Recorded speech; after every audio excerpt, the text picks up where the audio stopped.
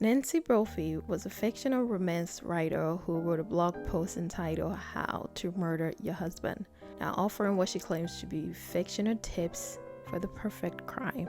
Fast forward years later, her husband Daniel Brophy is found dead in what appears to be a targeted attack. The eerie parallels between Nancy's blog post and her husband's death left the public and investigators in shock.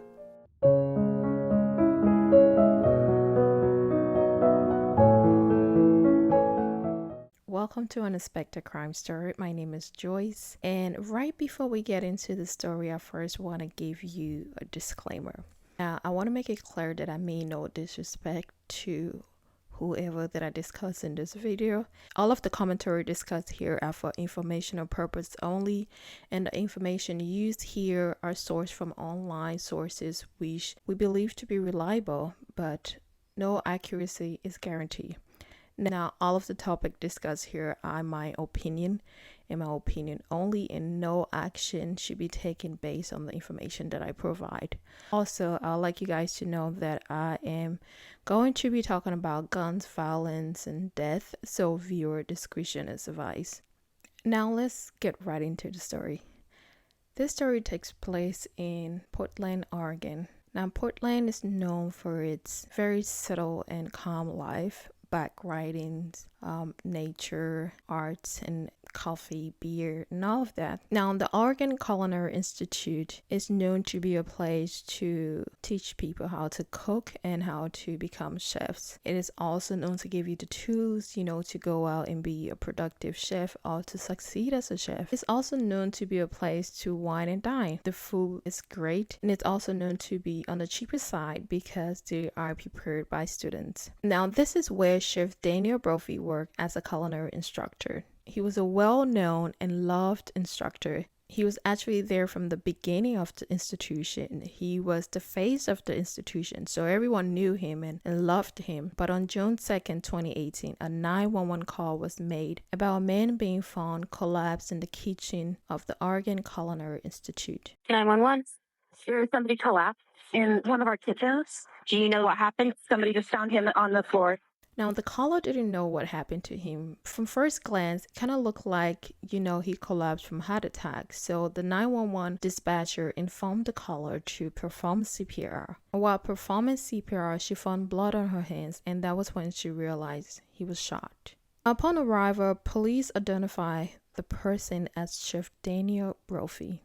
Now, investigators and everyone was shocked. Nobody knew who had come to commit this crime. Nobody knew anything. Nobody heard anything. Nobody knew why this crime had been committed. Now, after a couple of hours, Dan's wife, Nancy Brophy, arrived, and police took her in the back of the van to give her the news and also ask her some questions. The procedure to ask her about Dan's morning activities, like what did he do in the morning before going to work. And she went ahead and gave them this long story. She was all over the place, talking a lot, and even in the process, laughing. What time did he leave from your guys' place? He left, I'm going to say 7-ish, maybe 7:05. That's about the time he normally leaves. I didn't sleep well. I woke up when he came up for a shower. He used the shower downstairs, but you'll see stitches on his hand because last week in the shower, our shower door shattered. He's not having a good week. Oh, that sounded good. So after he got his shower this morning, though, Yeah, he didn't need a spotter. Okay. So, and then you think he left like around 7. The next thing you know, after that, when did you hear something? Maxine called me. She said, "What do you know about what's going on at OCI?" And I said, "I don't know anything. What's going on?" And she said, "Well, it's on the news." And I said, "Okay." And she told me what she'd heard. So police asked her if she knew anything about what happened at the Culinary Institute that morning. And she proceeded to tell them that a close friend of hers informed her that there was a shooting at the Culinary Institute. She was concerned because her husband works there, obviously, so she was concerned and she came right away. Well, police will later find out that that was not the truth. Actually, what happened was Nancy's friend informed her about the shooting, but she refused to go initially because she claimed that there was a lot of cops and she didn't want to go there, which is very strange knowing that your husband worked at this place and there was a shooting, but you don't want to go there because there's a lot of cops and police. So after that, Dan's mother had to call her to pretty much make her go, and that was when she went there. So police continue with their questioning and really asking her about Dan's life, like who will want to hurt him or who will want him dead. Because from all indication, Dan seems to be a great man and nobody will really want to hurt him. So after all of the questioning, the police investigator informed Nancy that her husband Dan was the shooting victim. He did not survive. But her reaction was quite strange. I just want to let you know that we believe it's Dan that's been killed. Yeah, I kind of got that I when kinda everybody figured gave me the yeah. sad sack look. Yeah. And what was really strange is since Nancy arrived at the crime scene, she did not ask them once about the whereabouts of her husband. Like, if my husband was shot and I'm on the shooting scene and police take me to investigate me, even just on arrival, the first question I'm gonna ask is, where's my husband? Is he okay? What's happening? But that was not the case. Nancy did not ask about her husband. So when she realized that all the while she was there, she never asked about his whereabouts, even after police told her that he was dead, she proceeded to ask, oh, where's his body? How was he killed? And then police told her that he was shot. And strangely enough, Nancy asked again, was he shot by AR-15? And police are like, why did you ask this question? This is a strange question. And she said, oh yeah, because all of the school shootings, they're now using AR-15. I mean, how bizarre. Can you tell me what happened, as far as you know, He was shot. with an AR-15? No, I don't know what he was shot. Why do you say AR-15? Because school shootings are all Oh, no. AR-15s now.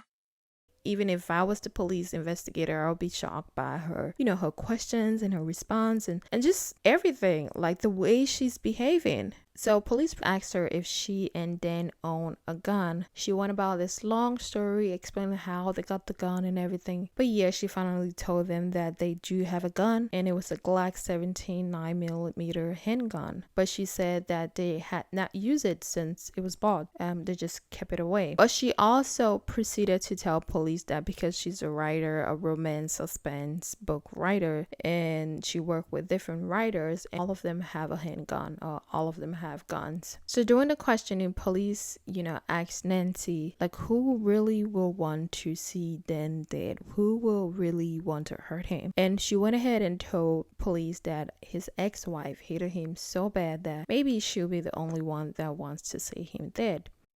We had a great marriage, but the only people I know who have ever hated him was his ex-wife, and who his ex-wife doesn't hate? The husband. And I can't believe after 25 years she'd be motivated. I mean, short of that, we live a quiet life. So right before we go any further, we're going to talk about Dan's and Nancy's previous marriage because they both were married before they met. Now, before Nancy met Dan, she was married to a police officer, but the marriage didn't last. And Dan was also married to his first wife, and they share a son together.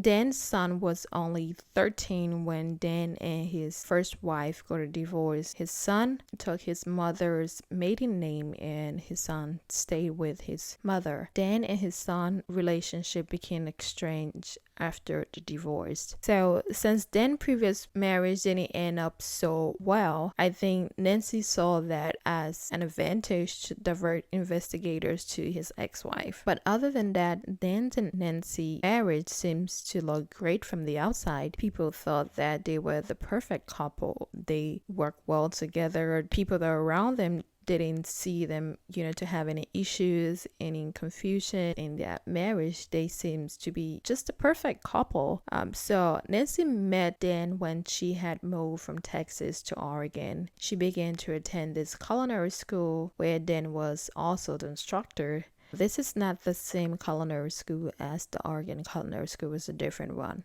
At that time, Dan was still married to his previous wife, and he later divorced his wife, and he and Nancy got together. They got married. They together had a catering company where Dan was the chef, and Nancy was the one that, ran the business side of the company or their business. But unfortunately, their business did not last. It collapsed. Now, Nancy would move on to work as an agent for Save Money Smart. But Nancy's real passion was in writing. She wanted to become a writer, so she later focused fully on her writing while Dan continued to work as a chef. She actually wrote a couple of books, including a book series called Wrong Never Felt So Right. I personally have not read it, and I think other people have. You can go and check it up. I think it's on Amazon, but it's a whole series. It's a erotic series. Yeah, so I'll just leave it at that. But yeah, she continued with her writing, and then continuing working as a chef. Other than Nancy erotic romance book that she wrote, there's something else that she wrote that had investigators scratching their head, and that was a blog post entitled How to Murder Your Husband. In this blog post, she listed 5 motives for killing her husband. So Nancy post starts like this. As a romance suspense writer, I spent a lot of time thinking about murder and consequently about police procedure. After all, if the murder is supposed to set me free, I certainly don't want to spend any time in jail. And let me say clearly for the record, I don't like jumpsuits and orange isn't my color. And then she proceeds to give 5 motives, on why one should or one will kill their husband, which starts like this. Financial. This is big. Divorce is expensive. And do you really want to split your possession? Or if you married for money, aren't you entitled to all of it? The throwback is police aren't stupid. They're looking at you first, so you have to be organized, ruthless, and very clever. Husbands have disappeared from cruise ships before. Why not yours? And she proceeds to give different methods to kill a husband. It's your profession. Now we're talking. You already possess both skill and knowledge. You have the moral ambiguity necessary to carry it out. Quick hit, and you fade from the scene. Get your payment upfront from someone else because life insurance probably won't send you a check.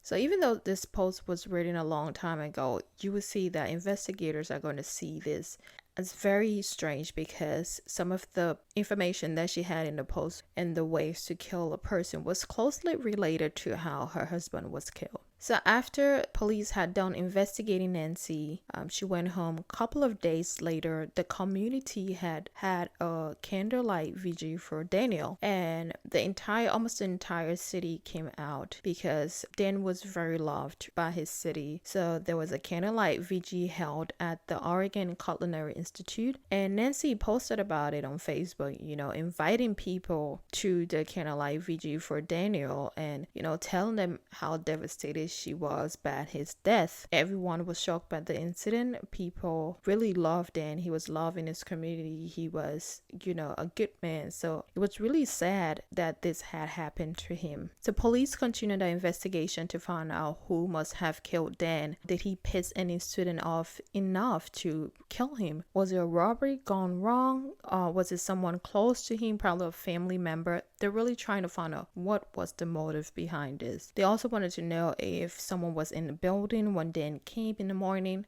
but they later realized that no one else came in the building before Dan because they were able to track the key lock and he was the only one that was in the building that morning. He was the first one to enter in the building that morning. They was trying to figure out if he was followed as well, because if he was the first one, did anyone come behind him? And since there was no forced entry, did he know the person that came in? Did he willfully allow them to come in because he knew them? So while police are still trying to investigate and find out what really happened to Dan, they receive a very strange call from Nancy.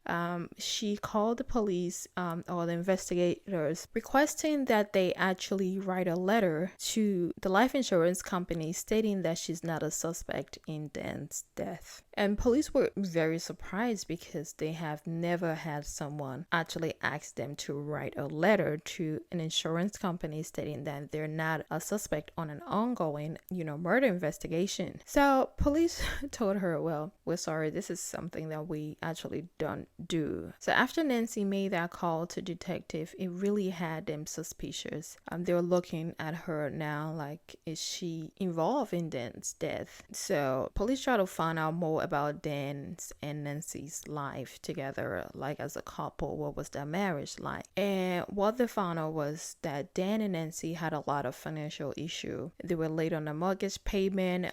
They were taking money out of their 401k and their pension funds. But despite the financial issue, they also found out that Nancy was spending a lot of money on guns and guns accessories. She was buying a lot of them. Despite not being able to, pay your rent, you're buying guns, which was very strange. So they also found out that Nancy was paying for multiple life insurance that she has taken out on Dan. Those life insurance had a total of over $1 million. And even though they couldn't pay for their mortgage, they were paying on a lot of different life insurance. And to top it up, police stumbled upon Nancy's blog that she wrote entitled How to Murder Your Husband, giving tips on different methods and ways to kill one's husband. Now, after police saw all of this, Nancy was looking like their number one suspect. Detectives saw that no one else had any issue with Dan. There was no motive from the public or anyone else. And all of these information they're gathering about Nancy are making them to think that she had a motive. Maybe it was their financial issue. Maybe she just wanted money. She wanted Dan dead so she can cash out on the life insurance. These information may be a motive, but all of these information doesn't directly link her to the crime. So police are trying to find something that really links Nancy to the crime. So what police later did was they went ahead to look at the surveillance cameras, the street cameras, because the Oregon Culinary Institute itself, the building did not have a camera. So they were able to find a camera that was across the street at a pizza store, and they got the surveillance videos from there and they started to watch it. Now, lo and behold, they spotted a van that was so similar to Nancy's van that drove by on the day of Dan's murder, right before the murder occurred and right after the murder had occurred. And the detective rewind the tape and slow it down to really find out if that van was Nancy's van. And when they rewind it and slow down the tape, they were actually able to see who was in the vehicle, because there was a time where the van stopped at the light and they could see the person in the van, and the person looks similar, exactly like Nancy. So also Nancy's van had a church parking sticker in the window, and the van that drove by had the exact church parking sticker in the window, just as Nancy's van. So police was like, they got it, because remember doing the initial questioning when Nancy was questioned about her and Dan's whereabouts in the morning of the murder, she informed police that she was at home, that Dan was the one that left for work after 7 or 8 in the morning, and she was at home. And now police are seeing her van, driving by in the morning and also leaving. So this links Nancy around the crime scene. This also shows that she lied to police investigators. So with all of this information, police got a warrant for Nancy's arrest. So after only 3 months of investigation, on September of 2018, Nancy was arrested on suspicion of the murder of her husband, Daniel. She was charged with a second-degree murder. And funny enough, when police went to arrest Nancy, she made another weird statement. She actually said, "Oh, you guys must think I killed my husband." And I mean, that just incriminates her, because who says that when they're being arrested? But anyway, Nancy was arrested. She was kept in jail. Now, Nancy's trial did not start until 2022. Actually, the start date of her trial was April 5th of 2022. And the prosecutor case was that Nancy murdered her husband, due to financial issues that they had. During the hearing, the prosecutors submitted their case that Nancy had taken 10 life insurance totaling of $1.4 million on her husband. They also had other witnesses from the Oregon Culinary Institute that stated that Danny was a loved instructor, that no one else had a motive to kill him. He was loved by everyone. He was the face of the institution, and he was there from the beginning when the institution was founded. So he didn't have any issues with anyone. He wasn't really a talker, so he wouldn't really engage in a heated argument or any conversation that would be heated. He was just focused on his work and focused on training students, and a lot of people loved him, so there was no one else that had a motive to really kill Dan. Police also found out that Dan killing was not a robbery because there was nothing taken. His wallet was still on him. He had money in his wallet. There was nothing stolen from the scene, so the person that killed him wanted him dead, and that was the only thing they went there for. And police also presented the case that they had Nancy's phone tracked that morning, showing that she did leave her home, and she lied to investigators, telling them that she really didn't leave her home that morning. And the surveillance video also showed her van, showing that yes, she was around the Oregon Culinary Institute when her husband Dan was dead. But one thing that prosecutors could not submit was Nancy's blog post titled "How to Murder Your Husband."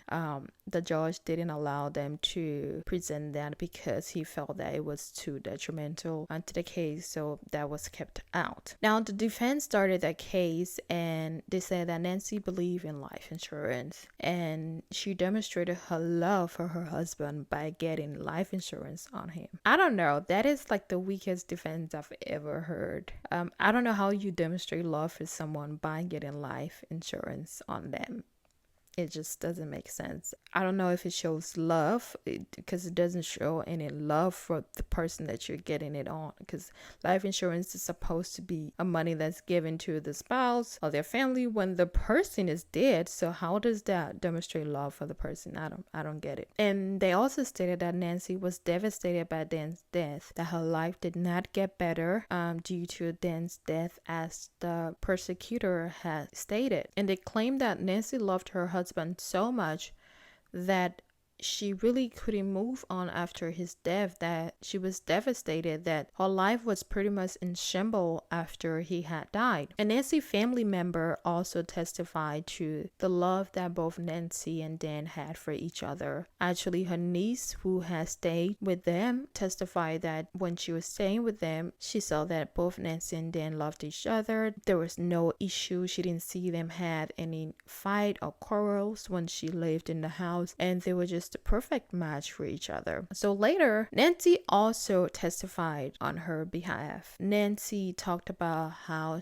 both she and Dan loved each other so much that she cannot live without him, that she would never kill him. Her defense attorney also asked her about lying about her whereabouts on the day of Dan's murder, because now she claims that she doesn't remember anything that happened that morning, on the morning of Dan's murder. And Nancy claims that the reason that she don't remember anything that happened, on the morning of Dan's murder is because she was in shock that Dan was dead. Now it was the prosecutor's time to cross-examine Nancy. They asked her about the guns that she owned and why she had lied initially about the Glock that she had, and why she didn't inform police that she actually had other pieces of sliding barrel that fitted into the Glock. So what police investigators actually claim was Nancy had the Glock 79mm gun, but she also bought different pieces that could fit the Glock. So she had a full form gun which had the sliding barrel, but what she did was she bought other sliding barrels that could fit onto the Glock. So when you put a different sliding barrel, which is considered like a ghost gun, it's not gonna show that it is a Glock that was shot. So even though you use a Glock, you used a different sliding barrel which is considered a ghost gun, so on the murder scene it's not gonna show that it was a Glock that was used. So even though she